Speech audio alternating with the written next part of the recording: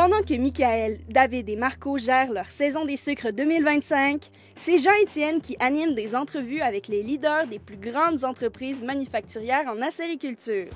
Cette série d'entrevues du podcast La fièvre des sucres vous est présentée grâce au groupe Camatrac qui vous invite à penser Kubota quand vous travaillez dans le bois. Mont-Laurier, Mirabel, Joliette, Québec et Rimouski. L'invité de cet épisode est le cofondateur de LS Bilodeau, Sylvain Bilodeau, un fils d'agriculteur qui a bâti en compagnie de sa conjointe et de leurs enfants une entreprise spécialisée dans l'équipement de production acéricole et de chauffage de premier plan. Sylvain nous parle des origines de sa passion pour les sucres, de son parcours d'entrepreneur et des valeurs qui guident LS Bilodeau. Cet épisode de La fièvre des sucres vous est présenté grâce à la collaboration de Click2Go Elite qui vous offre une solution pratique et sécuritaire pour toujours avoir vos outils à portée de main en forêt. Ainsi que Québécois et sa gamme unique d'alcool 100% à base d'érable et fait entièrement de vrais ingrédients québécois. Et les entreprises forestières Serge Bureau qui offrent des services de récolte forestière, de planification et de prescription pour vos travaux d'aménagement acérico-forestier. Bonne écoute de ce 6e épisode du podcast La fièvre des sucres.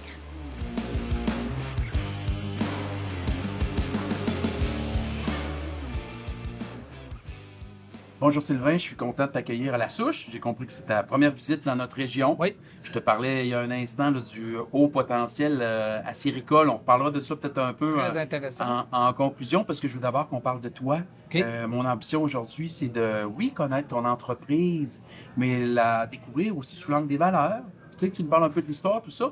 Parce que moi-même, comme acériculteur, je suis au fait de ça. Il y a beaucoup de manufacturiers acéricoles au Québec qui sont des entreprises pas juste familiales, très familiales. Puis moi, c'est quelque chose qui me touche. Puis je trouve que c'est quelque chose qui fait la différence dans une industrie quand tout à coup l'humain est là. Puis on le disait tantôt aussi, on fabrique un produit qui fait sourire autant les enfants que ceux qui n'ont plus de dents.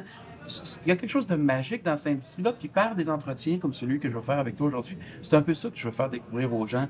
Leur faire découvrir que c'est pas une industrie banale. On est pas mal, c'est pas mal notre industrie à nous autres, les Québécois. Hein, Oui, on est un produit assez unique. Mmh. Merci Jean-Étienne de m'avoir invité, puis je suis bien heureux d'être le premier, j'espère pas être le dernier. Non.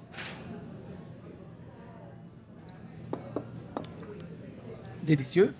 Ben oui, c'est sûr que ça me fait plaisir d'avoir accepté ton invitation pour venir me déposer le mieux possible. Je vais essayer de rendre ça le plus intéressant possible, pas que les gens s'endorment. On a la chance de ne pas les entendre ronfler s'ils s'endorment, mais on va essayer de les maintenir. Je pense pas. Au pire, s'il y a un petit temps mort, il y a un évaporateur juste à côté, on y remettre une bûche dedans. D'après moi, s'il y a de l'eau dedans, il y a des bonnes bûches. Sinon, ça va me faire des pannes à vendre. On va mettre d'avance. Ah, OK, bref, c'est bon. Il n'y a pas de problème. Donc, tu aimerais que je te fasse un petit résumé? Ben, savoir un peu, tu sais, qu'est-ce qui t'a amené à la sériculture? Parce qu'il y a des gens qui naissent là-dedans, il y a des gens pour qui c'est un sans dire un accident, c'est quelque chose qui arrive dans leur parcours. Dis-moi un peu d'où tu viens. On va parler de ton entreprise, des valeurs. Puis j'aimerais ça aussi savoir où tu t'en vas avec tout ça. C'est le but de la rencontre. Moi, je suis un fils d'agriculteur. J'étais né pour être en agriculture jusqu'à l'âge de 26 ans. Mais j'étais jeune à l'école du village. Je pourrais te nommer la sœur Liliane Rochon. À tous les printemps, quand le soleil commençait à apparaître dans les fenêtres, le soleil de printemps, mes yeux coulaient sur mon bureau. Le professeur me demandait, je me souviens, première, deuxième année, c'était évident, là. Les yeux se mettaient à couler, je voyais le soleil dehors. Le professeur me demandait, il dit, qu'est-ce qu'il y a, Sylvain, que tu files pas? Ben, il dit, je sais que les érables, ils coulent, puis je sais que, il dit, mon père, je pourrais aller l'aider, puis si vous me laissez sortir, je sais que je peux couper au travers des champs, mais je savais pas à l'époque que j'aurais eu 2 rivières à traverser, mais c'est pas grave. Il y avait environ 4 pieds de neige. Je me disais, il n'y a rien pour m'empêcher. Je mesurais à peu près 4 pieds et demi de haut.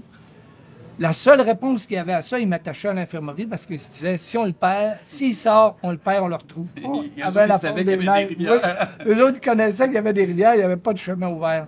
Mais pour te dire que chaque fois que j'arrivais à la maison, à cette époque-là, je me dépêchais de tirer mon sac d'école, puis j'enjambais les traces du cheval à grands pas pour faire environ 1 kilomètre de course pour espérer arriver avant que mon père parte pour s'en revenir. Fait que moi, là, c'était, à cet âge-là, j'étais baigné dans l'utilisation, courir les érables, m'occuper des chevals. C'est ce qui manque peut-être dans beaucoup de sensations qu'on avait à l'époque, d'avoir un animal qui nous aidait à ramasser de l'eau, mais C'est sûr que c'est une partie de la sériculture qui est qui a disparu. Qui a Ouais. disparu. Dans le commercial, ça peut pas être vu, là, mais Ouais, un 4 roues Pour avec des moi, lights, ça a moins de charme un peu, ça a mais, moins de charme, mais ça ça, réagit plus vite. mais ça n'a pas le défaut de s'en revenir tout seul quand c'est fâché, de s'en revenir avec la tonne d'eau qui est remplie, puis se rendre jusqu'à l'étable. Ouais. Là, il fallait revenir le chercher parce que c'était notre seul moyen de transport à l'époque. Mais ça, c'est du passé, mais de fil en aiguille, avec les saisons, j'ai toujours resté un amoureux vraiment intense de la séricole et de l'agriculture en général. Parce que tu fais encore de l'agriculture aujourd'hui. Oui, aujourd'hui, j'ai racheté la ferme de mon père. On avait acheté une ferme. On entaille environ 8 à 10 000 entailles, là, tout dépendant des érablières. On en loue quelques-unes, là, puis on va même avoir des petites anecdotes tantôt là, qu'on va pouvoir énumérer. Mais là, aller jusqu'à ce que je décide le métier que je voulais faire, qui s'est décidé en secondaire 5. Je voulais aller en agriculture. Mon père m'a déconseillé d'aller là-dedans pour me dire, ben, enseignerai les rudiments de l'agriculture, puis trouve-toi un Tu métier. avais déjà ton prof d'agriculture. Ouais, mon professeur était là, puis ça allait bien. Fait que j'ai flippé aux 25 cents carrément. Bon, je vais choisir le métier qui va sortir avec un 25 cents. J'avais ramené mes deux choix. J'avais électricité ou ferblanterie. Bon, c'est ferblanterie. On s'en va en ferblanterie, mais c'était pas le but de gagner ma vie là-dedans, parce que moi, c'était... Je vais finir mon secondaire 5, mais c'était en sixième année que j'avais à décider ça. Fait que je m'en vais en ferblanterie, puis je suis un gars qui se donne quand même assez quand j'essaie de... J'ai beaucoup de patience, c'est une des qualités que j'ai. Ça compense pour d'autres comme moi qui en ont Que moins. j'ai pas, ouais, c'est ça, d'autres défauts d'autres que moins j'ai patients. plus, ouais, c'est ça. Mais lorsque j'ai eu à choisir mon métier, je me suis donné quand même à fond, puis j'ai appris le plus possible des professeurs qui étaient prêts à me donner le plus d'énergie possible pour que je performe dans le métier que j'étais. J'ai appris à souder. Puis avec ça, j'ai dit, bon, ben, je vais être bon pour faire un petit bout de chemin à la ferme avec ça. Fait que à 16 ans, je suis sorti d'école. Puis je travaille pour mon père pendant une dizaine d'années, jusqu'au jour où je me rends compte que peut-être qu'on fitterait un petit peu moins bien pour aller plus loin. Il était pas prêt à vendre tout de suite, puis moi, j'étais prêt à avoir plus de responsabilités puis plus de défis. Fait que on a eu une bonne discussion, puis ça est venu à bout de dire, bon, ben, je vais continuer mon chemin, et on verra plus tard comment ça va continuer. Fait que j'avais déjà acheté sur le bord de la 108 un petit local, un ancien local que j'avais acquis avec une soumission à l'époque, c'était une faillite. Puis on est arrivé 500 $ plus haut que l'autre qui avait soumissionné. C'est le destin, hein? Oui, c'était vraiment dédié pour ça. Fait qu'on a décidé de se lancer. Là, ben, je me lançais devant une épopée que je savais pas qui aurait pris cette tournure-là.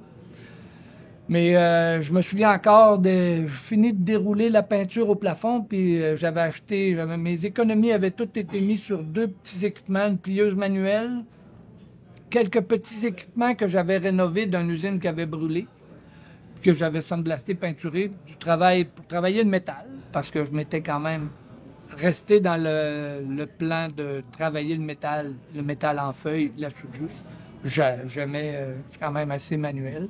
Fait que je me partais, puis je déroulais de la peinture au plafond, je suis dans le haut d'un échafaud, puis là, je me dis, j'espère qu'on n'a pas fait un mauvais choix, parce que toutes mes économies étaient dans mes équipements. Là, le locataire qui louait le petit garage que j'avais acheté m'avait dit qu'il voulait me le laisser parce qu'il s'était trouvé un autre emploi. Tout fitait bien.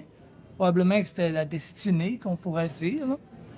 Puis là, on déroule la peinture, puis on se dit, on va-tu avoir d'ouvrage? Je me souviens du premier coup de téléphone. Quelqu'un qui me dit, « Hey, Sylvain, tu t'es parti en affaires? » Oui. J'aurais une panne d'évaporateur à faire. On est là pour ça, parce que j'en faisais un petit peu dans le garage de la ferme. Ça fait que c'est sûr que mon nom commençait à se jaser dans le fond. Tout seul, avec... j'achetais les feuilles de tôle à l'unité, parce que j'avais pas les moyens d'en acheter plus que Si j'en avais besoin d'une, j'en achetais une. Si j'en avais besoin de deux, ce qui était une grosse vente, ben là, je pouvais me risquer d'en acheter une supplémentaire. Puis bien souvent, j'allais aussi acheter des matériaux où est-ce que je pouvais avoir des rabais parce que j'avais pas les moyens de transport. C'est moi qui voyageais mon matériel dans des centres de tri où est-ce qu'il y en avait des fois des belles feuilles. Ça a commencé comme ça. Là. Puis graduellement, depuis ce téléphone-là, je pourrais même te dire que j'ai pas eu le temps de finir de rouler le plafond de la peinture. Fait que on a enlevé les échafauds, ça c'est sûr, puis on s'est mis à travailler. La petite usine où j'étais, on a monté une quinzaine d'employés. Parce que c'est sûr que jumelé à la séricole, ben on avait le travail du métal, le galvanisé, donc la ventilation, des conduits de ventilation, ce qu'on a exploité quand même bien. Puis dans ces années-là, le textile est encore à l'honneur dans nos régions. Puis ça a monté jusqu'à un bon... La moitié de mon chiffre d'affaires était tout dans le textile. C'est-à-dire que tu faisais de la ventilation pour des usines de textile? Pour ces usines-là, parce que... En gros, c'est beaucoup de fabrication de jeans, et des oui, choses comme ça. exactement. Puis des grosses usines de Saint-Éphrem et Saint-Victor, Textile Duré, Lainage Victor, c'est des usines immenses, remplies de conduits de ventilation au plafond.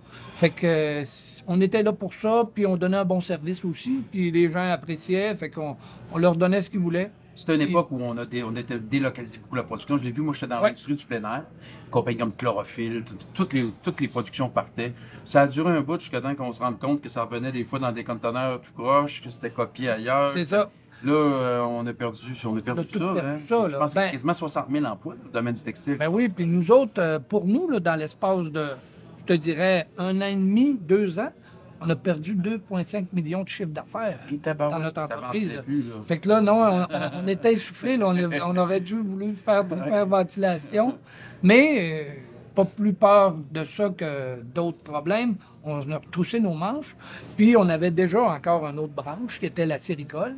Puis on a diversifié un peu dans d'autres domaines. On a développé nos propres produits. On a commencé à aller plus loin dans le monde de la séricole. Puis on se faisait connaître. J'ai fait beaucoup, mais beaucoup. Si j'ai dit beaucoup, j'aimerais le dire beaucoup de fois. Beaucoup d'expositions me faire connaître. On peut parler de, pendant un été, 10 à 15 salons qu'on a fait dans les expositions agricoles, déménager toute la petite famille dans le campeur, habiter sur le site de l'exposition, aller monter ça le jeudi soir. C'est un peu la vie de fête foraine, ça, hein? Oui, carrément. Pour ça, ces événements-là. Puis là, on s'en allait là, puis on donnait des cartes. Des fois, on faisait des ventes, des fois, non. Mais graduellement, ben là, on se greffait un petit réseau de vente. Puis aujourd'hui, nous donne les résultats qu'on a. Mais je pense pas qu'on l'ait... on l'a travaillé fortement. Puis on a des résultats... c'est des origines vraiment artisanales. Tu fais une parfait panne, tu fais ton père ouais. un peu dans la grange, puis tu achètes une feuille à la fois. Aujourd'hui, c'est plus comme ça. Tu n'achètes plus les feuilles à l'unité. Non, on les achète à coût de milliers de livres. Mais une petite anecdote, dans les premières feuilles, je viens de te dire, j'achetais une feuille pour faire une panne, mettons. Puis une des fois, c'est en erreur, puis je me dis que je ne le dis pas à personne, mais vu que les gens ne seront pas tous obligés de répéter ce que je vais dire. Non, mais les gens qui réussissent, Sylvain, c'est des gens qui ont fait des erreurs. Ouais, si moi, tu ne fais pas d'erreur, c'est parce que tu ne fais pas de projet. Ça me fait plaisir de dire quand je fais une erreur. Fait que quand quelqu'un en fait une devant moi, je lui dis... Merci d'avoir fait à ma place. J'ai dit, c'est ça, puis je lui demande, si tu as appris ton erreur, on est gagnant. C'est juste si tu n'as pas appris, là, on est perdant. Non. Ça fait que ça, moi, je l'accepte l'erreur. Ça a toujours été. Puis... je faisais la panne d'un monsieur, puis dans une panne d'évaporateur, tu as 2 boîtes, 2 entrées, puis tu as un transfert à l'autre bout qui vient de circuler. On parle d'une panne à fond plat. Mm-hmm. Bon, moi, dans le brouhaha de tout ça, j'ai posé les 2 boîtes, mais du mauvais bout de la panne. Quand je m'en suis rendu compte, des trous étaient faits dans le bout de la panne. Fait que l'eau rentrait, elle traversait par ce là. J'ai pas eu le temps de la livrer au client, là, je te rassure.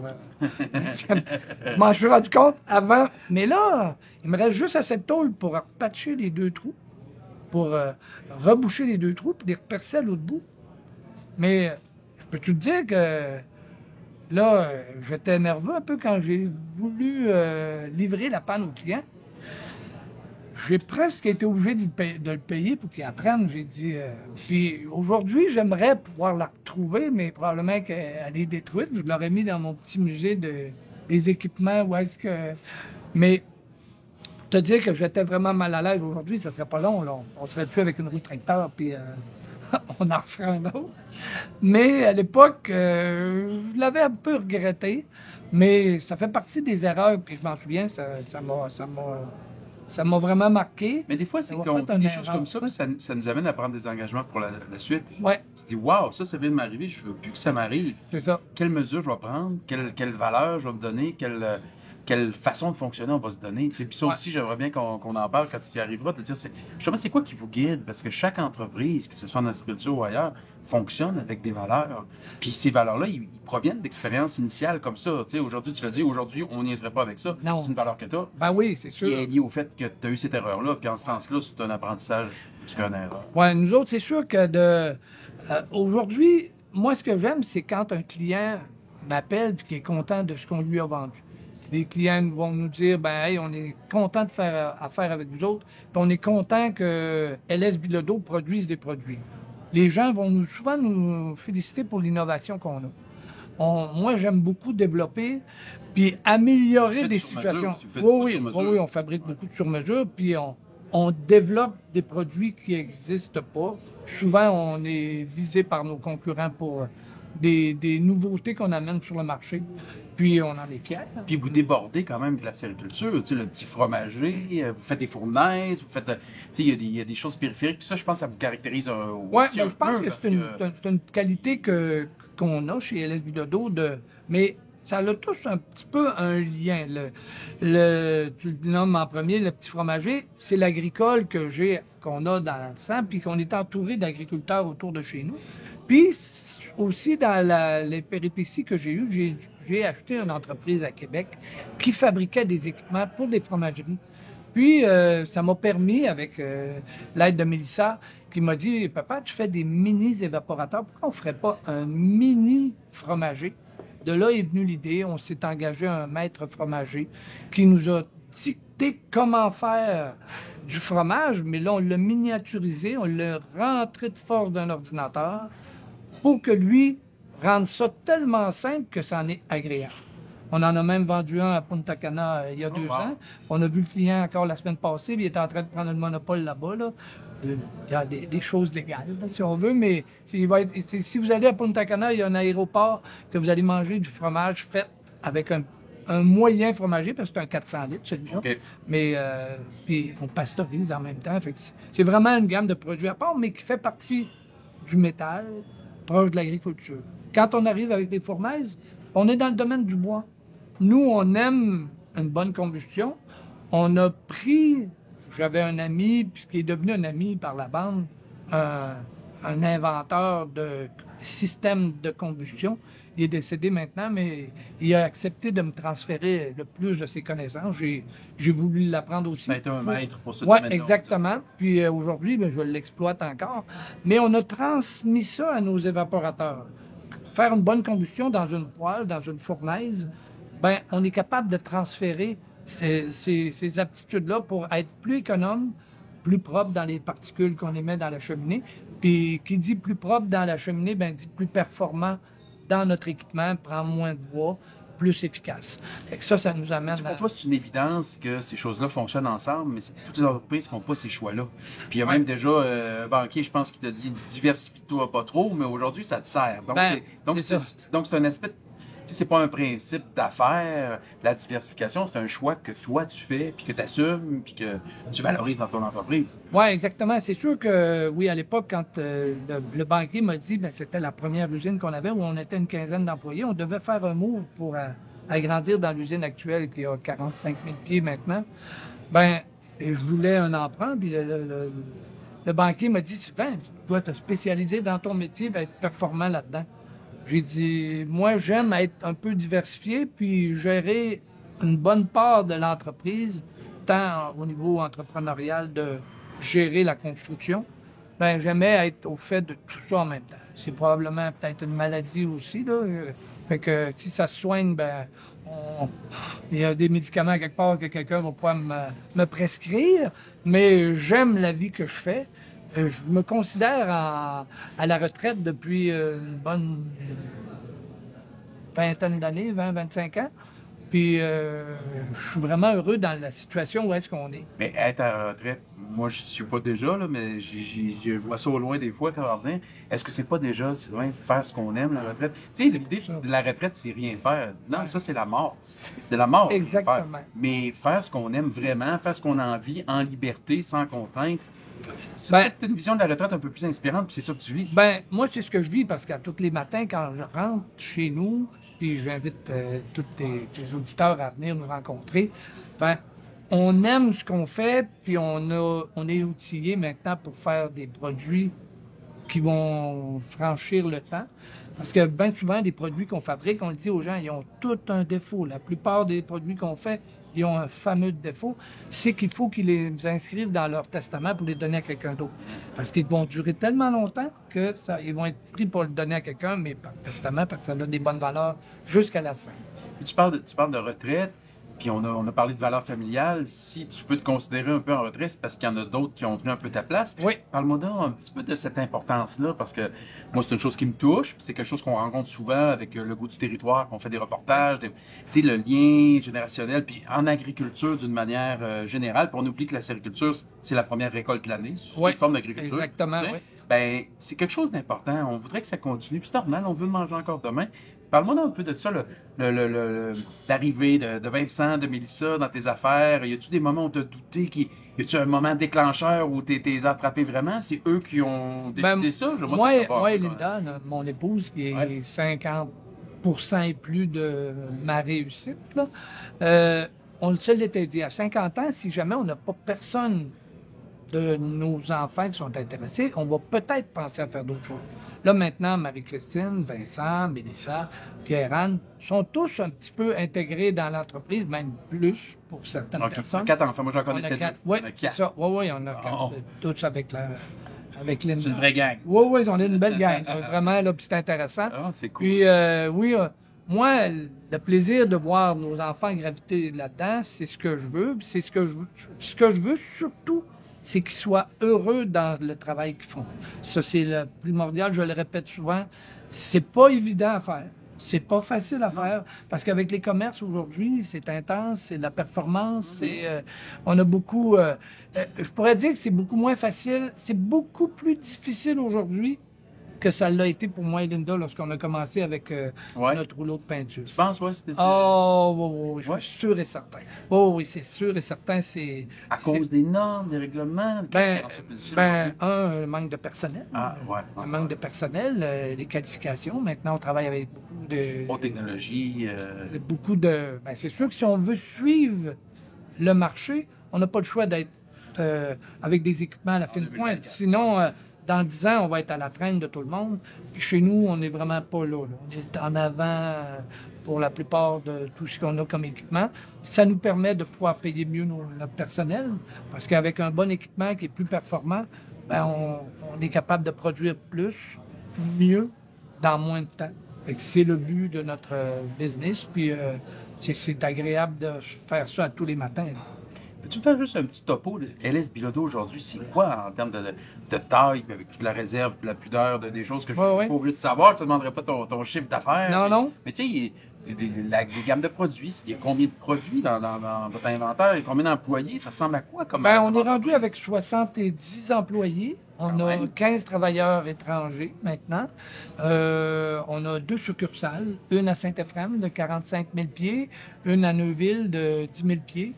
Puis, on fabrique de la canne, on la distribue, mais on la fabrique pas. Mais du baril de sirop, de l'érable, aller jusque dans le baril de sirop, on fabrique à peu près tout.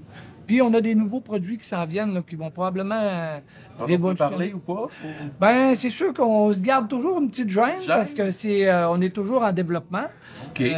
C'est des beaux produits qui vont aider à rendre encore plus facile la vie de nos acériculteurs et réduire leur coût de fabrication. OK. Puis, à travers ce dont on peut parler pour l'avenir, Sylvain, pour toi, l'industrie acéricole, Moi, tu sais, ça fait peut-être une quinzaine d'années que j'ai commencé à faire du sirop sur ma terre. Je savais même pas que j'avais des érables quand j'ai acheté ma terre à bois. Moi, ce qui m'intéressait, c'était j'avais des grosses épinettes géantes, puis c'était construire ma maison en bois massif. Ok. Puis quand je suis arrivé là, moi, j'ai spoté les épinettes droites. Puis quand j'ai fini de plancher les épinettes, restait j'avais des besoin, érables. j'ai dit, oh, il y a des érables aussi. OK. Là, on fait du sirop un peu comme tout le monde, c'est un chaudron propane, puis on a fini par se faire une cabane. On avait de l'épinette, ça fait une belle cabane Ouais. en tonneau mortaire, Oh, en timber frame. Bien, bien fait. Puis on fait du sirop, c'est super. Fait que moi, je suis un observateur, puis tu sais, je regarde ça de l'extérieur, puis je vois que ça change. Juste dans. Là, ça fait 10 ans que j'en produis de façon plus sérieuse avec un vrai évaporateur, puis tout le kit. Puis je suis observateur de ça. Tu sais, on produit des contenus pour le milieu. Puis je vois bien que ça change à la vitesse grand V. Juste en 10 ans, ça a changé complètement. Juste la longueur des chutes qui allonge, ça finit plus. Oui, exactement, oui. Mais, tu sais, ça change. Puis moi, je trouve que c'est une industrie qui est pas assez connue du grand public québécois. Les gens ont l'impression que c'est folklorique, le sirop d'érable, mais hey, il n'y a pas d'entreprise, il n'y a pas d'univers plus automatisé que ça, là. Non, aujourd'hui, Hein, là, on est connecté avec, on est rendu connecté avec les cellulaires. On peut tous savoir à distance, jusque dans les fins de nos lignes les plus éloignées. On a ces équipements-là chez nous. Aujourd'hui, là, on peut contrôler du début à la fin du taux de sucre avec les variances infiniment petites dans l'évaporateur. C'est tous des équipements qu'on fabrique. On ressent, moi, en tout cas, je le ressens en tant que manufacturier, que les équipements sont tellement bien faits maintenant que nos acériculteurs vont avoir moins à dépenser un peu dans le futur, mais on a tellement beaucoup d'entailles à récupérer, comme dans notre belle région ici, où on est, que ça va nous maintenir à produire ces équipements-là. Parce que la chance qu'on fabrique des produits présentement, aujourd'hui, c'est tellement une durée de vie, si les gens leur font attention, que ça va durer dans le temps. As-tu le sentiment qu'il s'est perdu quelque chose? On parlait du cheval tantôt, c'est bon, c'est correct. Ouais, ça, on l'assume, là, on ouais, l'a pleuré, le cheval, on l'a enterré, on l'a mangé, mais tu sais, dans cette automatisation-là, as-tu l'impression, parce que je le vois, l'événement des centres de bouillage, il y en a qui disent, ça sera plus des sucres comme avant, mais de l'intérieur, as-tu le sentiment que l'esprit des sucres perdure? Oui, c'est certain qu'il y a des côtés industriels, quand on tombe dans les 15-20 000 entailles et plus, là, on est rendu que les gens vont gagner leur vie avec ça. Quand tu restes en bas de ces quantités-là, ben là, tu vas avoir du familial. Ouais, c'est ça. Les gens ne vivent pas que de ça, puis c'est correct aussi. Tous les niveaux sont acceptables. Là. Ah oui. Mais non, c'est certain que moi, ça va rester tout le temps imprégné en moi. Là. Moi, je ne rendrai pas à être industriel dans le sirop d'érable. Pour ce qui est de ton exploitation personnelle. Pour mon exploitation personnelle, avec les 8 à 10 000 entailles qu'on a présentement, on fonctionne très bien, puis ça va très bien, mais je sais qu'aujourd'hui, la régie à l'intérieur d'une érablière, c'est plus qu'important, parce qu'une des érablières que l'on a louées l'année passée, qui était vraiment une mauvaise régie, pas de nettoyage, des chutes à cette longueur-là, on s'est rendu compte que c'était 50 on l'a loué au mois fin janvier. Là. On ne peut pas dire qu'on avait beaucoup de temps pour l'aménager. C'est ça. Mais ça fait toute la différence. Ouais. Toute la différence. Puis les gens gagnent à étudier là-dedans pour suivre les nouveautés, puis comprendre comment l'érable vit, même dans les changements climatiques qu'on a, parce que là, la saison va se rapprocher de janvier plus qu'elle était auparavant, où El Niña va nous jouer des tours puis nous ramener ça à... Puis il y a le territoire aussi. Moi, je fais ça que je suis au début de mai. Mon record, c'est 8 mai, puis j'avais arrêté par choix. OK, ça fait que... On est dans le nord ici. Oui, mais on parlera pour finir un petit peu de la région ici. Mais juste avant, j'aimerais ça que tu me dises, tu es un entrepreneur, tu as une entreprise qui est plus que fonctionnelle, c'est florissant, ça marche bien. Mais pourquoi prendre le temps de faire les sucres puis 10 000 $? C'est du travail. C'est de la peau faire ça. Moi, j'aimerais ça que tu me dises, qu'est-ce que ça t'apporte, Sylvain, toi, dans ton année? Je sais ce que ça m'apporte à moi, mais je suis intéressé de savoir, qu'est-ce que ça donne? Tu sais? Moi, j'entends chez nous, on a 300, là, on fait 250 litres de sirop. C'est un petit truc, je sais pourquoi je le fais. C'est mes vacances dans le sud que j'ai pas le temps de faire, je le fais à la maison. Mais toi, tu fais ça pour qu'est-ce que ça te donne? C'est vraiment une maladie, là. La fièvre du temps des sucres. Puis j'ai un dessin qui me suit depuis le tout début de mon entreprise, qu'une petite fille d'un client avait coloré pour moi. Puis c'est carrément une madame, une infirmière dans une érablière, les bras croisés, avec une érable, un chalumeau, puis on voit avec de l'eau qui coule, avec une intraveineuse, on voit la sériculteur élongée sur un lit de camp, puis c'est écrit la fièvre du temps des sucres. C'est ce qu'on a. C'est ce que moi j'ai, c'est ce que mon épouse a.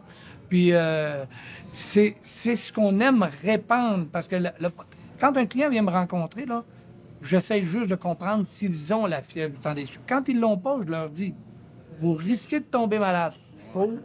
Parce que si vous tombez malade, on va se revoir. Puis si on se revoit, ben, vous allez être heureux, parce que vous allez dire, là, je sais pas pourquoi, mais je vais dépenser encore, puis je sais que je ferai peut-être pas d'argent parce que c'est petit. Ouais. Mais je leur dis tout de suite au commencement, vous ferez peut-être pas d'argent quand Ben vous non. minuscule, mais c'est une maladie C'est parce que incroyable. l'arbre se réveille au printemps. On dirait que c'est un peu comme nous aussi quand les chaleurs commencent à arriver. Il fait 3 degrés, puis on se croirait à 26 degrés pendant l'été, mais on se dit tout s'épanouit, puis je pense que c'est C'est pas toute célébration de fin de l'hiver, puis le côté de Exactement. rassemblement aussi, on va se Ouais. le dire. Ah Tu sais, il y a oui, des mondes oui, qui se oui. réconcilient dans des cabanes à sucre. là. Oui. Je veux dire, les Puis, voisins, on veut tous y aller à la cabane à sucre. il y en On est a- tous égaux. Oui, exactement. Nous Hein, autres, il n'y a pas beaucoup de classe sociale. là, tu puis sais. ça se colle, ça se beurre un petit peu, des fois ça se gomme, mais c'est vraiment du côté agréable. Chez nous, en tout cas, c'est un beau coin de rencontre de tous nos amis puis parenté. C'est un beau point de ralliement. Il faudrait que ça reste comme ça le plus possible. Moi, j'aimerais ça en terminant, juste qu'on discute un petit peu du portal qui est ici. Puis qu'est-ce que ça représente pour toi? Parce que c'est sûr que si on va en Beauce, si on va dans différentes régions du Québec, tu sais, le potentiel est déjà fait, même juste dans Port-Neuf, à côté de chez nous. S'il faut qu'il y ait 1000 entailles de libre, ça va se battre pour l'avoir. Ouais. Si je t'apprenais tantôt, avant qu'on commence, c'est 3 millions d'entailles de potentiel de notre MRC, 2 millions accessibles chemin public, toutes des terres privées. Puis on a l'ambition, là, avec la Société de développement économique, d'en développer 1 million. On a juste à peu près 100 000 entailles en service. Moi, je veux entendre ton point de vue là-dessus. Tu te sens-tu comme un cowboy? Tu te dis, Caroline, de la rue vers l'ouest, on Oui. ouvre des frontières. J'aimerais ça que tu Il- parles un il peu faut- de la chance qu'on a de vivre ça ici. Ben, vous autres, vous allez voir, là, si c'est accessible, parce que Ouais. le côté négatif un peu là-dedans, c'est que là, ça s'étend tellement vite avec la vision aujourd'hui d'Internet, c'est que le prix va-tu être accessible aux personnes qui vont vouloir acquérir ces parcelles-là. Ce qui est magique, Sylvain, c'est des gens qui possèdent déjà ces terres-là puis qui savent même pas qu'ils peuvent faire du sirop puis on les apprend. C'est ben ça là. qui se passe en ce moment. Ouais, je C'est lève des la gens- main, moi, je Ouais. vais lui parler. Puis c'est des gens qui se disent, ah ouais, puis ça peut m'aider à payer mes taxes. Mais certains, comme là, on a la forestière Jacques-Cartier ici, il y a un club là, de pêche et de chasse, puis il y a une entreprise forestière qui est associée à ça pour les membres. Ben là, ils démarrent. C'est 27 000 entailles cette année. Ils vont monter à 60, puis ils ont un potentiel de 100, 120. Puis les gens ont l'impression qu'on vient de faire apparaître ça, mais je pense que c'est à cause des montagnes. C'est Ben oui, c'est c'est rude un sûr. peu, ça semblait Ouais. moins accessible par le Oui, passé. mais aujourd'hui, avec tous les équipements qu'il y a, puis les connexions qu'on est capable d'avoir, les gens, dans leur cabane à sucre, sont capables de savoir tout ce qui se passe à la grandeur de toute leur récolte. Puis aujourd'hui, déménager de l'eau d'érable, c'est rien. là. C'est plus un problème. La plupart du temps, on va la concentrer pour diminuer On peut le réduire les volumes. Fait que c'est Puis tout des- on enterre les tuyaux principaux. Ah oui, c'est ça. On est ailleurs. On est ailleurs qu'avant, là, ça c'est certain. Mais non, pour moi, personnellement, en tant qu'entreprise, c'est une belle mine d'or. C'est ça, c'est un à Eldorado. découvrir. Oui, oui, oui. Parce qu'il y en a-tu d'autres régions comme ça où tu t'entends, tu dis, oh oui, là-bas, il y a encore un peu Dans d'espace. le coin de Mont-Laurier, je crois qu'il y en Ah, a ok. beaucoup à développer. C'est des terres publiques, peut-être. Ah, là. ok. Puis là, j'entendais un reportage très intéressant cette semaine qu'il y a des associations qui veulent Milite pour ça. militer pour protéger des érables des terres publiques pour éviter qu'ils soient bûchés à blanc. là. Puis, parce que c'est un revenu annuel Et voilà. qui se renouvelle. Un érable mature qu'on bûche pour faire du plancher, ça rapporte 60 piastres, 80 Ouais. piastres. Puis, Un enterre chaque année, c'est c'est- pas long qu'on le ramasse. puis un érable va vivre entre 200 et 300 ans. Là. Ça fait que avant qu'elle soit revenue, moi j'ai une plantation qui a 30 ans. On réfléchit déjà à commencer à la... Je pensais d'être obligé de me promener en chaise roulante entre elles là, pour Non. réussir à l'entailler. Puis apparemment que je vais être capable de la cultiver, d'avoir des récoltes. Puis ça a été planté dans des champs où est-ce que ça a été engraissé par des anciens agriculteurs. Puis je pense que je vais avoir des belles récoltes là, toutes des rangées en belle droite. Je pense que c'est un petit vidéo que tu peux voir là, où est-ce que je fais la démonstration il y a 3-4 ans. Mais on a de l'érable là, dans ces grosseurs-là. Là. Ça va être vraiment intéressant. Puis c'est adjacent à notre érablière Puis d'ailleurs, si les gens veulent en apprendre plus sur toi, tu t'exposes quand même un peu, Sylvain, même si tu vas sur des réseaux qui sont faits pour des gens peut-être d'un autre âge plus jeune, là, TikTok et compagnie, mais tu leur donnes des bonnes leçons de... Bon, ben, j'en ai un, entre autres, 19,3 millions. Ceux-là qui veulent voir une petite bûche qui rentre dans un évaporateur, là, ben... S'il avait fallu avoir une pièce par vue, ça aurait été le fun, ça. Oui, j'aurais aimé ça, même une scène, ça. Mais non, c'est intéressant. Puis je le fais pour rendre les gens accros à tout ce que je fais, tout en montrant un peu ce qu'on fabrique. Ouais. Parce que j'aime montrer aux gens que tout ce qui est fabricable par les mains de notre entreprise, on est capable de le montrer. J'aime agrémenter ça. Ça fait que celui-là qui va ce qui est agréable dans la façon dont tu te présentes aussi sur les réseaux sociaux, c'est qu'on voit tout de suite, tu es quelqu'un de sérieux, mais qui ne se prend pas au sérieux. Exactement. Ça, pour moi, c'est une des plus grandes qualités. On ne sait pas trop ce qu'on fait ici, mais pendant qu'on est vivant, on peut faire du sirop. Tu as l'air d'avoir de moi, plaisir à le faire. J'en ai beaucoup. Puis là, j'essaye aussi d'inculquer ça aux nouveaux arrivants. Juste en terminant, parce que j'ai une petite anecdote là-dessus, je peux te la conter. Oui, vas-y, ça m'intéresse. Ben, on embauche des fois les travailleurs étrangers pour nous aider à... Latino-américains, pour l'essentiel, j'imagine? Non, ben oui. Oui, c'est ça. Ils sont du Pérou, nous autres. Puis, c'est justement à peu près la taille d'une érable, un peu plus petite que celle-là pourrait l'être, là. Mais je les utilise pour venir laver la tublure. Puis, moi, ma méthode pour vérifier si je peux mettre 2 entailles, ben, je fais le tour de l'arbre, comme ça, pour voir si le format est assez gros pour avoir une entaille ou 2 entailles. Puis la madame, la femme d'un de nos employés qui était là pour nous aider, elle me regardait faire, puis elle dit « Pourquoi vous faites un hug? Pourquoi vous donnez un câlin à vos arbres? » Ben là, je lui ai expliqué que c'était pour mesurer l'entaille, mais elle pensait que je leur donnais un câlin pour leur dire... T'avais la fièvre pour vrai. Mais en même temps, je le fais là, t'es là, puis ça avait l'air vraiment d'être un amoureux des érables. Puis j'en suis un pour vrai aussi, là. Ça fait que... Mais c'est drôle, mais ces gens-là, ils apprécient. Il faut lui transférer cette passion-là.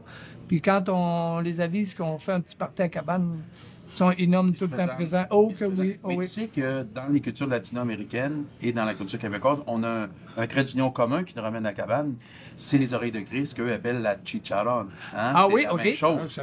Ils connaissent ça. Okay. Si tu n'as jamais eu la chance, tu peux les en manger. Ils vont te demander où on peut acheter ça à Québec. On va le faire. Moi, Sylvain, je suis très satisfait de t'avoir accueilli aujourd'hui dans notre région en plus, parce que moi, j'aime faire la promotion aussi de la MRC de la Jacques-Cartier. Je veux que ça se développe dans notre coin. Ça me touche beaucoup que tu aies pris le temps de partir d'où aussi loin que là-bas pour venir nous voir. Pas de problème avec ça. Puis, content aussi de permettre aux gens qui vont nous écouter de voir que, tu sais, il y a une humanité en acériculture. C'est pas une industrie comme les autres, c'est pas vrai. Oui, c'est de l'industrie, mais c'est quelque chose de différent, quelque chose qui nous appartient, puis qu'on a l'impression de connaître, parce qu'on en entend parler un petit peu chaque année dans le temps des sucres, ça passe dans les journaux, mais il y a tellement à découvrir. Puis tu nous as permis de découvrir cette dimension-là humaine à travers ton propre parcours. Ça m'a fait vraiment plaisir. C'est super gentil. Puis je te dis, bonne patience en attendant que les sucres 2025 commencent. On se prépare déjà. Merci beaucoup. Salut. Merci.